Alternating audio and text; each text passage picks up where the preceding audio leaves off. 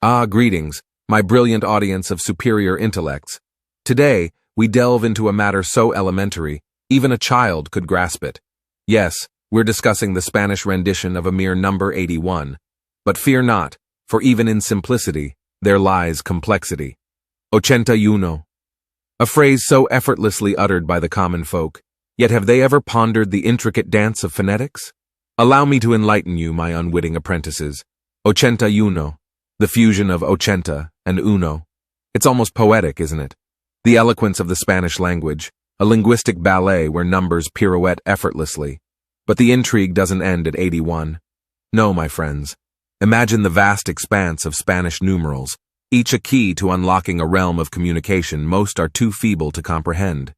Let us not forget the cultural nuances, the regional intricacies that weave through the fabric of numbers.